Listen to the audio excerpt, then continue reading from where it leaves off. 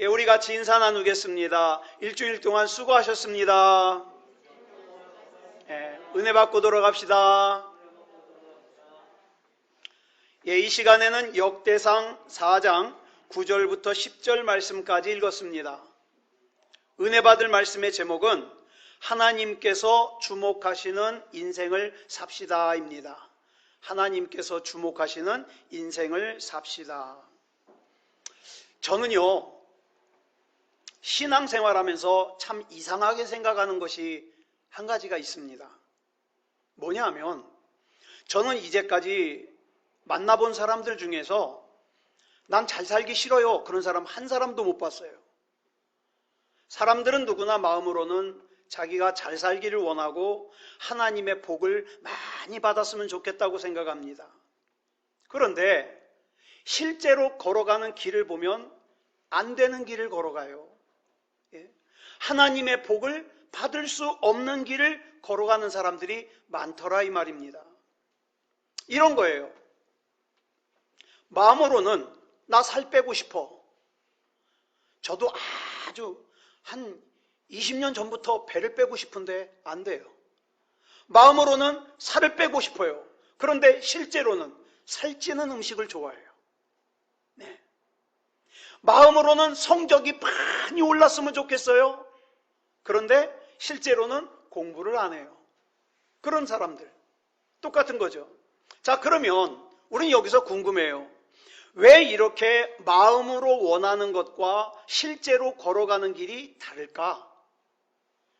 그 이유를 마태복음 7장 13절부터 14절에서 설명을 해주고 있습니다. 같이 읽겠습니다. 시작. 좁은 문으로 들어가라. 멸망으로 인도하는 문은 크고 그 길이 넓어 그리로 들어가는 자가 많고 생명으로 인도하는 문은 좁고 길이 협착하여 찾는 자가 적음이라.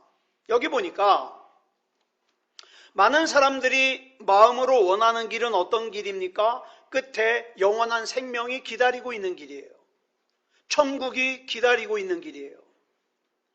그런데 문제가 이렇게 끝에 영원한 생명이 기다리고 있는 길이, 끝에 천국이 기다리고 있는 길이 지금 당장 내 눈으로 보기에는 좋아 보이질 않아요.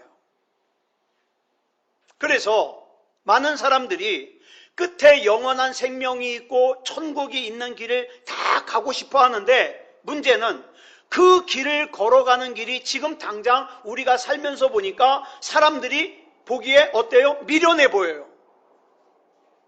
답답해 보여요. 부담스러워 보여요. 그래서 안 가고 싶은 거예요. 그래도 어느 정도 영적인 분별력이 있는 사람들은 이런 생각합니다. 내가 이렇게 계속 살면 안 되는데, 그거 알아요. 어느 정도 영적인 분별력이 있으면 내가 이렇게 계속 살다가는 구원을 받을 수 없을지도 몰라. 천국에 갈 수 없을지도 몰라. 이거 알아요, 자기도. 자, 그런데 문제가 그럼에도 불구하고 돌이키지 않고 그 길을 계속 가는 이유가 뭐겠습니까? 크게 두 가지 이유가 있어요. 첫째, 나도 알아. 나도 그거 아는데 지금 당장에는 그 길이, 지금 자기가 가고 있는 그 길이 편해요. 부담스럽지 않아요. 그래서 지금은 내가 이 길을 가고 내가 언젠가 돌이킬 거야. 끝에 영원한 생명이 있는 길로, 천국이 있는 길로 돌아갈 거야. 이렇게 생각하는 거예요. 또 하나 중요한 이유는 사람들이 착각하는 게 있어요. 뭐냐 하면 내가 언제든지 마음만 먹으면 끝에 영원한 생명이 있고 천국이 있는 길로 돌아갈 수 있어. 그러니까 난 지금은 바쁘니까, 난 지금은 정신이 없으니까 지금 이 길 가고 나중에 좀 시간이 되면 나 천국 갈 수 있는 길로 돌아갈 거야. 이렇게 생각을 합니다. 그런데 자기가 언젠가는 마음만 먹으면 돌아갈 수 있을 것이라고 생각하다가 자기 자신도 구원받을 수 있는 기회를 놓쳐버려요. 그리고 자기 자신은 물론 자기가 사랑하는 부모님도 사랑하는 자녀도 구원받을 수 있는 기회를 놓쳐버린 사람들을 저는 여럿 봤어요. 그래서 사도 바울이 로마서 7장 18절에서 이렇게 고백을 하는 거예요. 공동번역 성경으로 보겠습니다. 시작. 마음으로는 선을 행하려고 하면서도 나에게는 그것을 실천할 힘이 없습니다. 사도 바울이 이렇게 고백해요.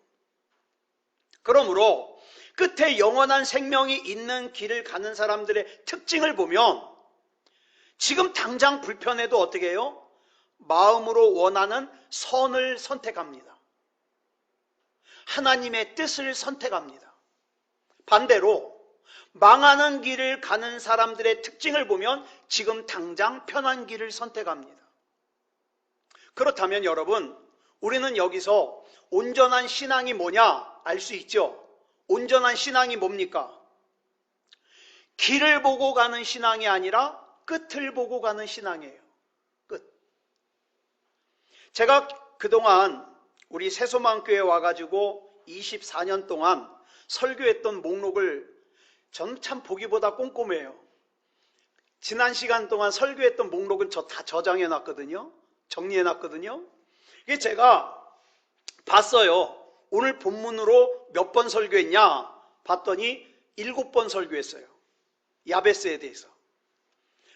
그럼에도 불구하고 제가 전에 했던 설교를 여러분이 다 까먹었을 줄 믿고 야베스에 대한 설교가 너무너무 중요하기 때문에 오늘 다시 합니다. 왜냐하면 오늘 저와 여러분이 살고 있는 이 현실이 야베스처럼 답답해요. 어려워요. 힘들어요. 암울해요. 사람들 앞에서는 괜찮은 척 웃지만 속으로는 쓴물이 나죠. 피눈물이 나죠. 그런 야베스와 같은 상황이기 때문에 좀 살펴보자 이 말이에요. 그런데 오늘 본문에 나오는 야베스는 지금 당장 눈앞에 보이는 편한 길을 가는 인생을 선택하지 않고 끝을 보고 영원한 생명이 기다리고 있는 인생을 선택했기 때문에 하나님께서 야베스를 인정하셔요. 그러니까 성공한 거죠. 야베스에 대해서 기록한 책을 찾아보니까 그 책들 중에서 가장 유명한 책은 2001년도에 나온 것 같아요. 저도 여러 번 읽었는데 브루스 윌킨슨이라는 분이 쓴 야베스의 기도가 대표적입니다. 근데 저는 전에 이 책을 보면서 도저히 동의할 수 없는 내용이 있어요. 뭐냐면 이 책이 줄기차게 주장하는 포인트가 뭐냐면 야베스가 그렇게 불우하고 어려운 환경 가운데에서 태어났음에도 불구하고 집요하게 하나님 앞에 부르짖어서 응답을 받아서 잘 먹고 잘 살았으니까 우리도 그렇게 집요하게 부르짖어서 우리 인생에 기적이 일어나게 하자. 이게 그 책의 주제예요. 그렇다면 과연 하나님께서 오늘 본문인 역대상 4장 9절로 10절을 통해서 우리에게 주시는 메시지가 창원아 너도 야베스처럼 강청해서 어떻게 해서든지 하나님으로부터 네가 원하는 응답을 받아내가지고 아파트도 사고 땅도 사고 좋은 차도 사고 부자로 살아라 그런 뜻이겠어요? 앞만 읽어봐도 그런 뜻 아닌 것 같아요. 물론 우리가 살다 보면 하나님께서 집도 주십니다. 차도 주십니다. 땅도 주실지 몰라요. 자, 그런데 그런 건 부산물이에요. 하나님께서 그걸 위해서 역대상 4장 9절로 10절을 기록하시지는 않았을 거라 이 말입니다.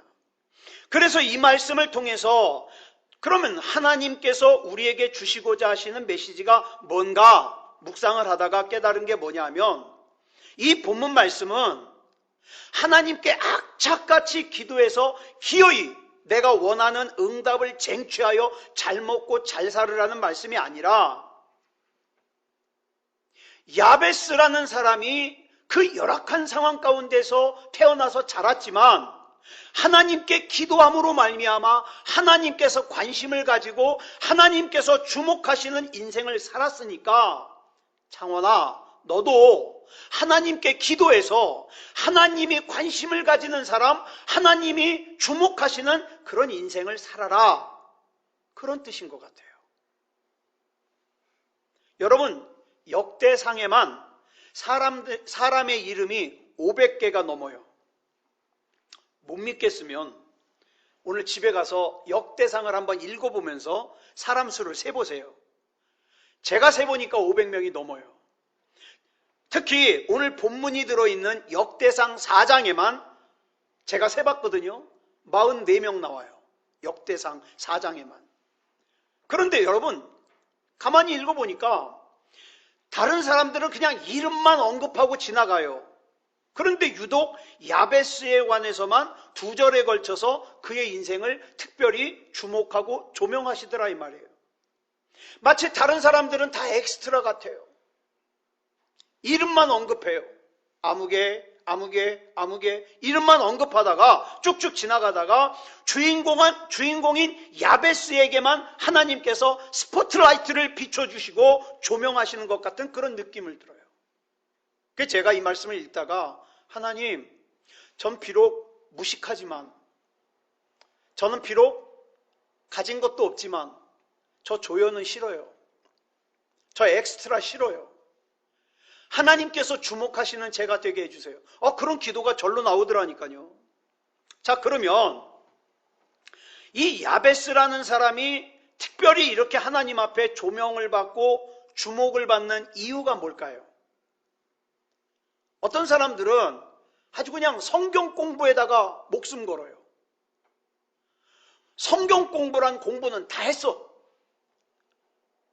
여러분, 야베스가 성경 공부를 많이 했기 때문에 주목을 받았을까요? 아니요, 여러분. 그렇게 성경 공부 많이 안 해도 돼요. 저와 여러분이 살면서 붙잡아야 될 말씀은 여러분 이미 다 알고 있어요. 그러면 야베스가 특별히 아주 큰 일을 많이 해가지고 공적을 쌓았기 때문일까요? 아니요. 만약에 그랬다면 저는 따라갈 자신이 없어요. 그런데 제가 아무리 성경을 읽어봐도 야베스가 한 거는 한 가지밖에 없어요. 뭐예요? 하나님께 구하는 거. 그건 할 수 있어요, 제가. 그래서 이 말씀 읽다가 제가 힘을 얻어요. 나 그건 할 수 있습니다, 하나님. 이렇게 야베스가 하나님께 구했더니 그 다음 말씀이 뭐라고 나와요? 야베스가 구하는 것을 하나님께서 허락하시고 주목하셨어요. 그러면 어떤 인생이 하나님께서 주목하시고 관심을 가지시는 인생이 될 수 있는지 오늘 본문 2절이지만 이 내용으로 좀 더 자세하게 살펴보겠습니다. 첫 번째로, 하나님께서 주목하시는 인생은요, 주변 사람들로부터 존경받는 인생이에요. 우리가 놓치기 쉬운 거예요. 자, 본문 9절 보니까 뭐라 그랬습니까? 시작. 야베스는 그의 형제보다 귀중한 자라. 귀중한 자라. 이걸 표준 세번역 성경은 이렇게 번역을 했어요. 시작. 야베스는 그의 가족들 중에서 가장 존경을 받았는데. 또 쉬운 성경도 이렇게 번역했어요. 시작. 야베스라는 사람이 있었는데 그는 다른 형제들보다 더 존경을 받았습니다. 존경받는 사람이었어요. 우리 하나님께서는 여러분 하나님 앞에 죄 짓는 일까지 하면서 존경받으라는 말이 아니에요. 하나님의 말씀에 어긋나는 일만 아니라면 여러분 주변 사람들에게 존경을 받으시기 바랍니다. 그래야 하나님이 기뻐하시고 주목하셔요. 쓸데없이 다른 사람 흉보지 말고, 쓸데없이 입으로 생각으로 말로 죄 짓지 말고 존경을 받아요. 잠언 3장 3절로 4절을 보겠습니다. 시작. 인자와 진리가 내게서 떠나지 말게 하고 그것을 내 목에 매며 내 마음판에 새기라. 그리하면 내가 하나님과 사람 앞에서 은총과 귀중히 여김을 받으리라. 아멘. 지난 금요일 말씀드렸죠.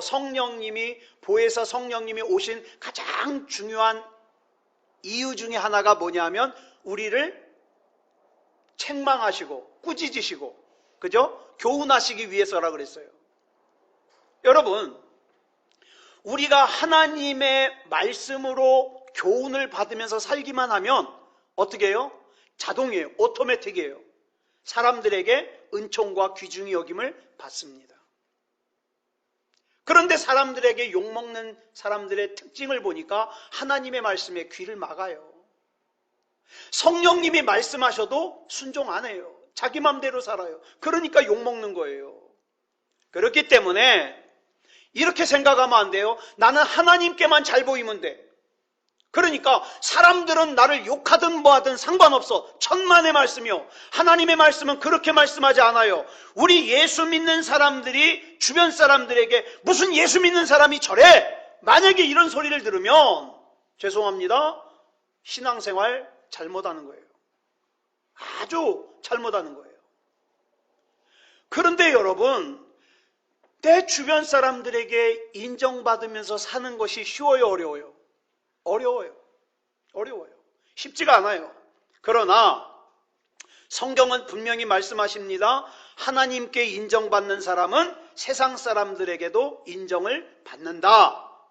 그러므로 혹시나 나의 삶 가운데서 부도덕한 부분은 없는지 돌아봐야 됩니다. 사람들 앞에서 손가락질 받을 부분은 없는지 돌아봅니다. 자꾸 내 삶을 돌아봐야 돼요. 그래서 히브리서에서 뭐라 그랬습니까? 쓴뿌리, 돌아봐가지고 쓴뿌리가 나지 않았나 돌아봐라. 또 여러분 잘 아시는 마태복음 5장 23절로 24절을 보면 예수님께서 이렇게 말씀하셔요. 시작. 예물을 제단에 드리려다가 거기서 내 형제에게 원망 들을 만한 일이 있는 것이 생각나거든 예물을 제단 앞에 두고 먼저 가서 형제와 화목하고 그 후에 와서 예물을 드리라. 아멘. 세상 사람들에게 인정받고 신뢰받고 존경받는 인생이 하나님께도 주목받을 수 있다. 기억하시기 바랍니다. 그 다음 두 번째로 하나님께서 주목하시는 인생은 고통 앞에서 어려움 앞에서 문제 앞에서 쉽게 굴복하지 않는 인생이에요.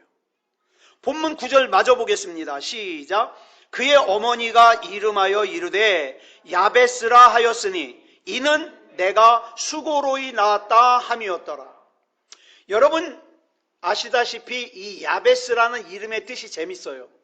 이름의 뜻이 뭐냐면 고통, 수고, 고생 이런 뜻이에요. 여러분 우리는 자식을 낳으면 어떻게든지 좋은 이름 지어주려고 그래요. 그렇죠? 그 심지어는 돈 주고 장명소 가서 이름 적어놓은 사람도 있잖아요. 네. 자, 근데 보세요.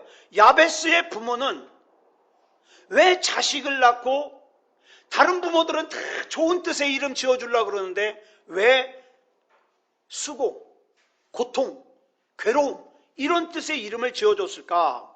성경학자들이 연구를 했어요.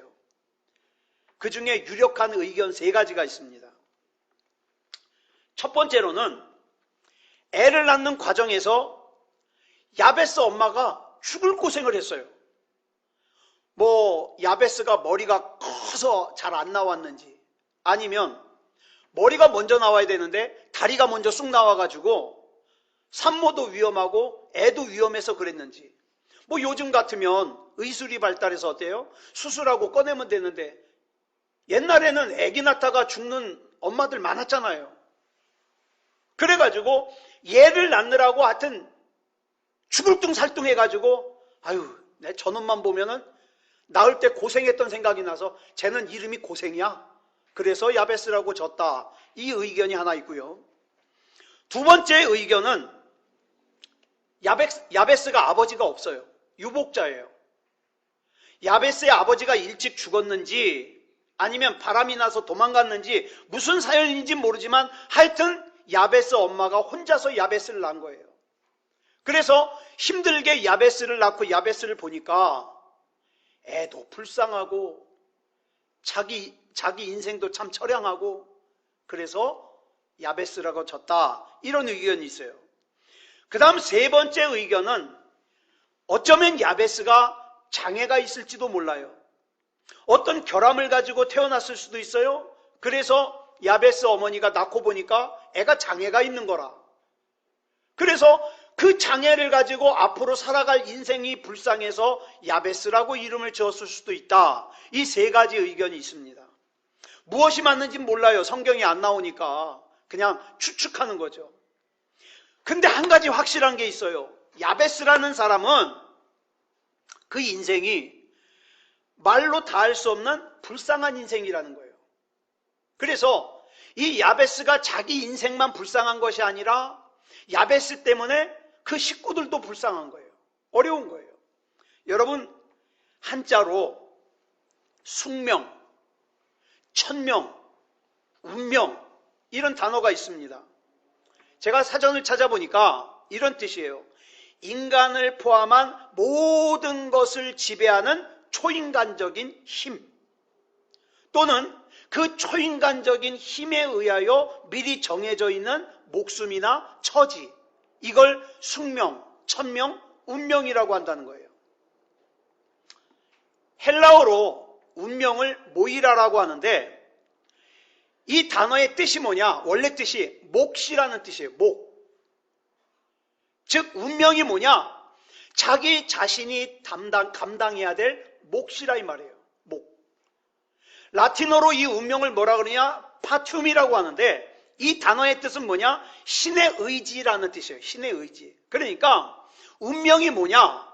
숙명이 뭐냐? 천명이 뭐냐? 신에 의해서, 내 의지와 상관없이 신에 의해서 짊어지게 된 짐, 이걸 운명이라 그래요. 그래서 이 운명이라는 단어가 가지고 있는 뜻은 동서양을 막론하고 피할 수 없는 어떤 힘이에요. 그런데 여러분, 이 운명이 피할 수 없는 힘이기 때문에 따를 수밖에 없어요, 나는. 근데 여러분, 이 운명이라는 단어가 흔히 긍정적으로 쓰입니까? 부정적으로 쓰입니까? 예? 이 운명이요, 단어 자체가 체념적이에요. 그래가지고 사람들이 좋은 일이 있을 때 운명이라는 단어를 잘 사용 안 해요. 예. 예를 들어서 저한테 굉장히 좋은 일이 생겼어요. 그래가지고 막 좋다 그러니까 누가 와서 그게 운명이야, 이런 말 해요? 이럴 때 쓰질 않아요.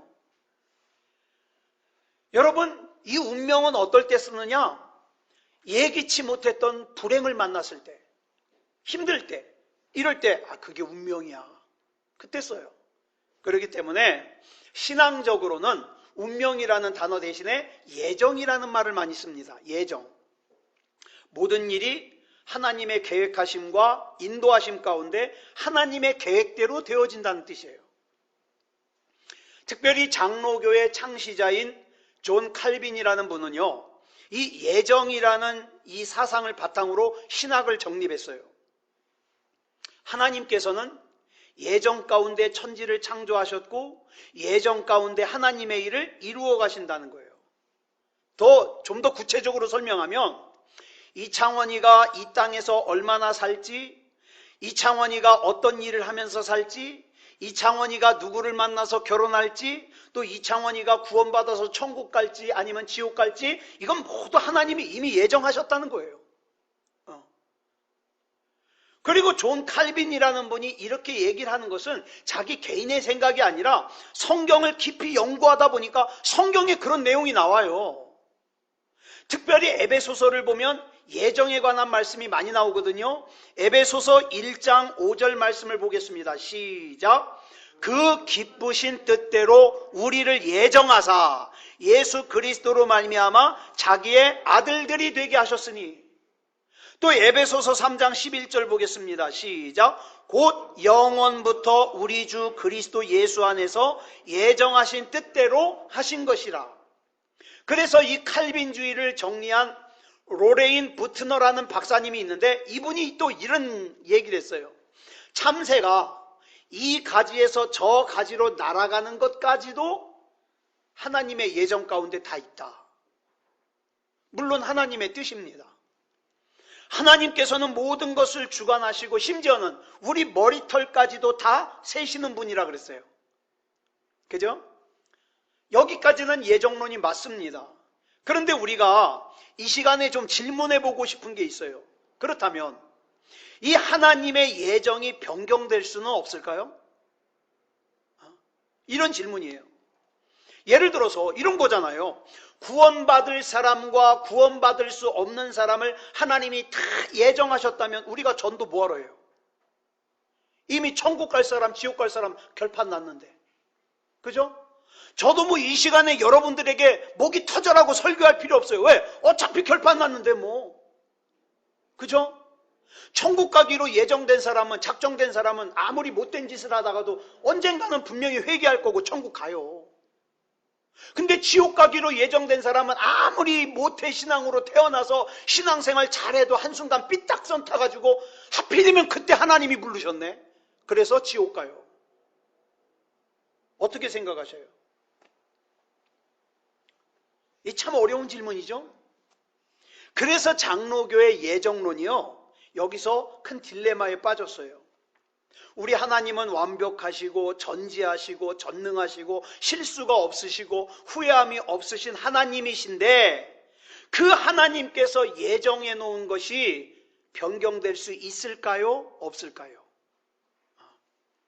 예정론은 변경될 수 없다고 보고 우리 교단의 예지 예정은 변경될 수 있다고 봅니다. 자, 그러면 성경은 우리 교단이 뭐라고 말하는 거 그건 필요 없어요. 또 장로교가 뭐라고 말하는지는 필요 없어요. 중요한 건 성경은 뭐라고 얘기하고 있냐. 이게 중요한 거예요.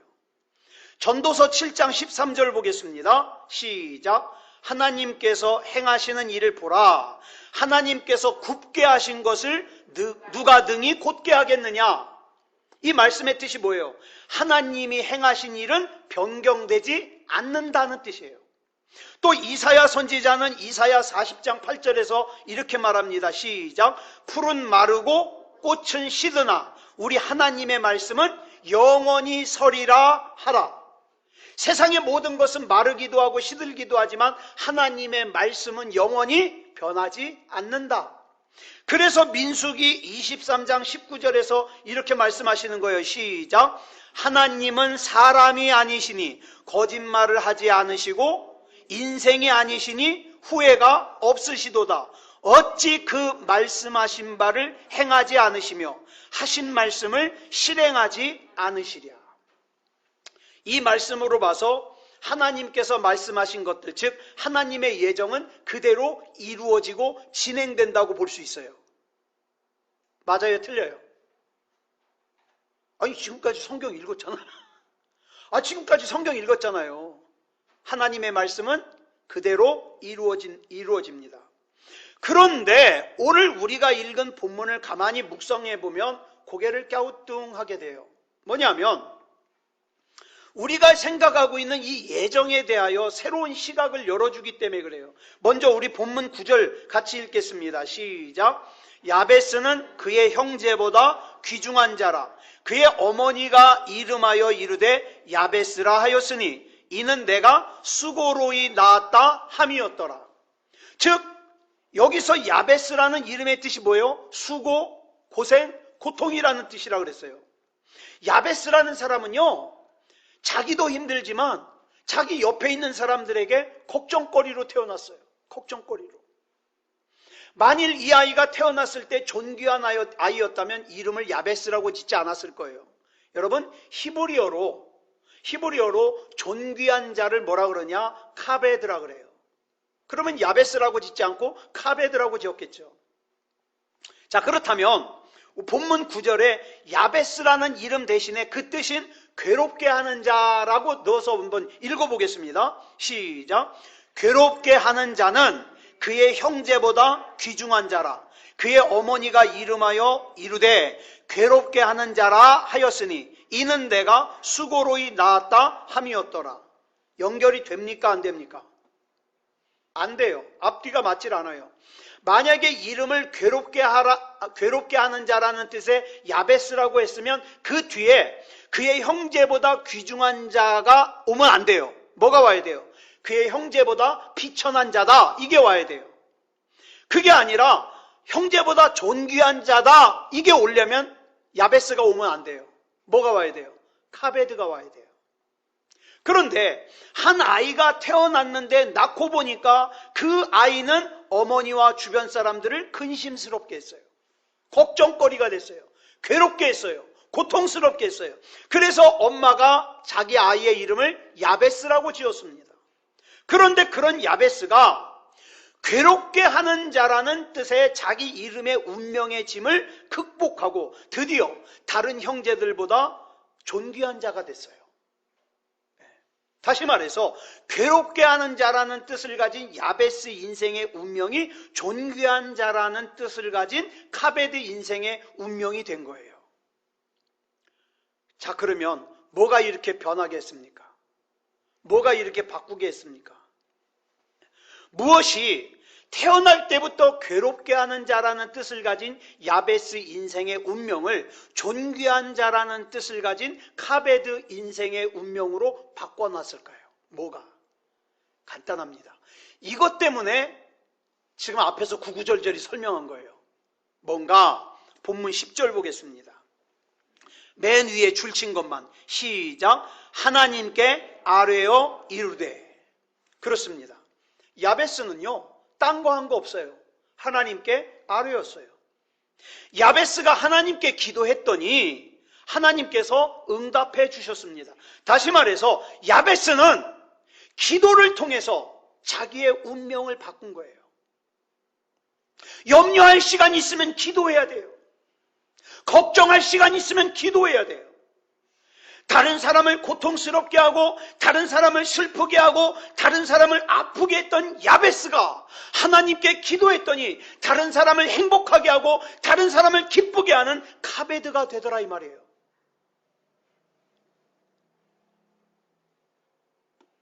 야베스가 한 건 오직 하나예요. 하나님께 기도한 거. 그리고 하나님께서 그 야베스의 기도를 들으시고 응답해 주셨어요. 그리고 야베스를 주목하셨어요. 여러분 그거 아세요? 내가 하는 기도, 내가 하는 말, 내가 하는 생각은 다 빠짐없이 하나님께로 올라가서 그대로 이루어집니다. 그래서 그랬잖아요. 네 말이 내 귀에 들린 대로 내가 행하리라. 야베스는 그 기도를 너무 잘한 거예요. 하나님 앞에 들려지는 그 기도를 너무 잘한 거예요. 여러분, 듣는 사람 없다 그래서 뒤에서 욕하지 마세요. 듣는 사람 없다고 뒤에서 죄 짓지 마세요. 누가 들어요? 하나님이 들으세요. 그리고 어떻게 해요? 들은 대로 행하셔요.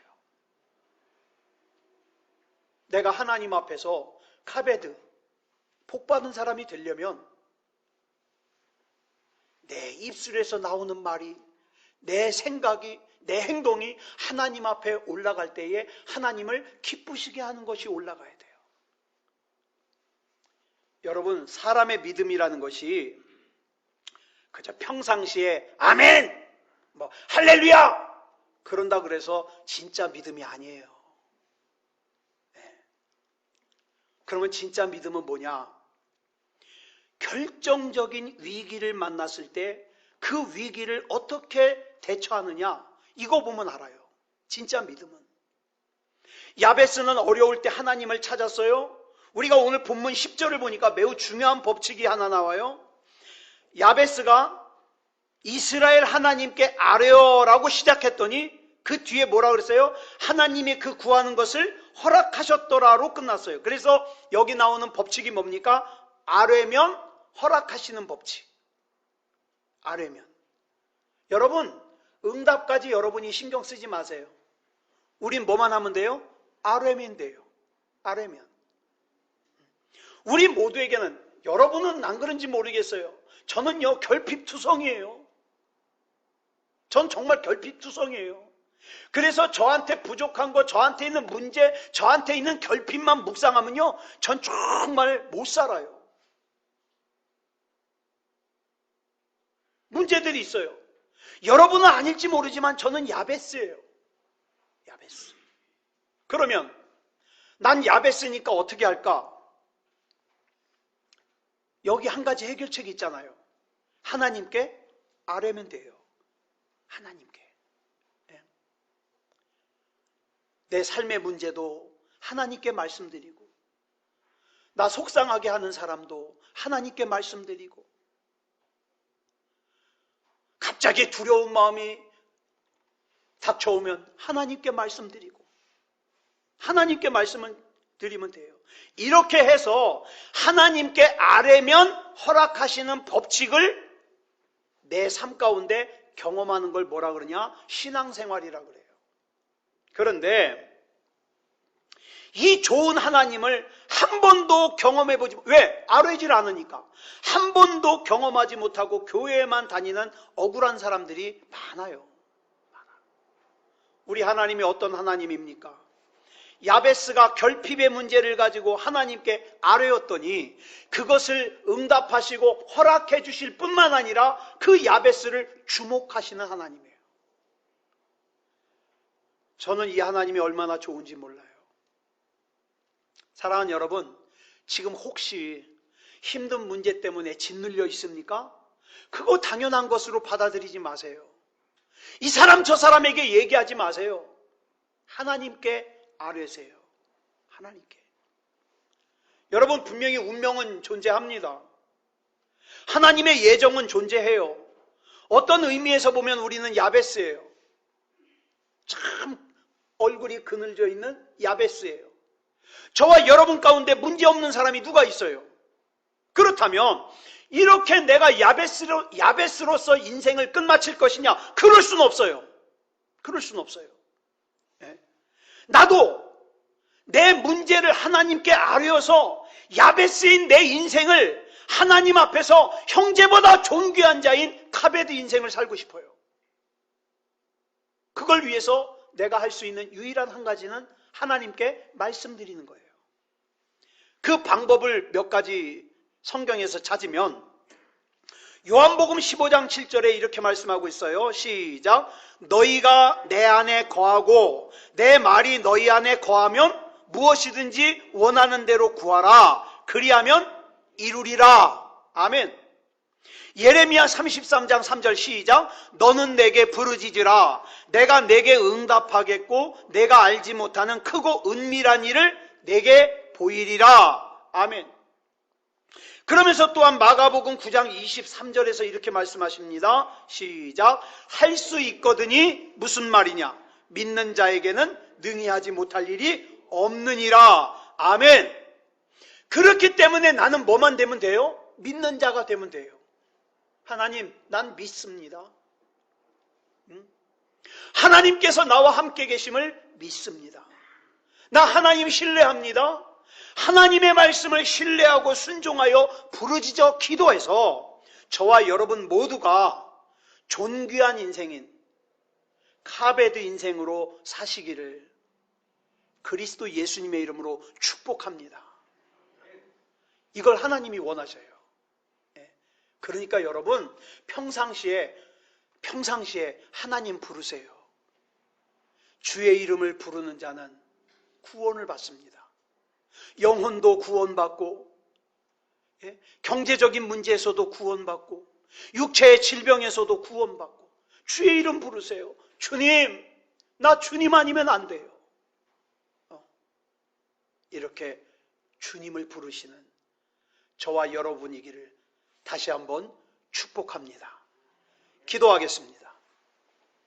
사랑의 아버지 하나님, 감사합니다. 하나님의 은혜 가운데 이 시간 역대상 4장 9절로 10절에 나오는 야베스를 살폈습니다. 근데 가만히 보니까 하루도 걱정 없는 날이 없는 내가 야베스입니다. 하나님, 그렇지만 그 야베스가 존귀한 자가 될 수 있었던 것은, 하나님께서 주목하시는 사람이 될 수 있었던 것은 하나님께 아뢰었기 때문입니다. 나도 하나님을 믿고 하나님을 신뢰하여 하나님께 아뢰입니다. 하나님 책임져 주시옵소서.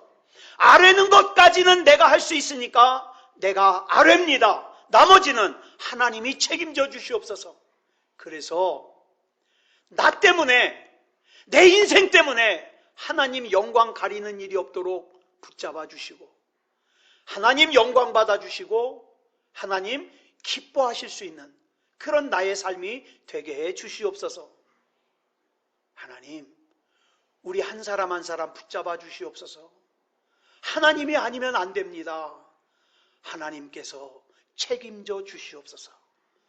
그리스도 예수님의 이름으로 간절히 기도드려 싸움나이다. 아멘.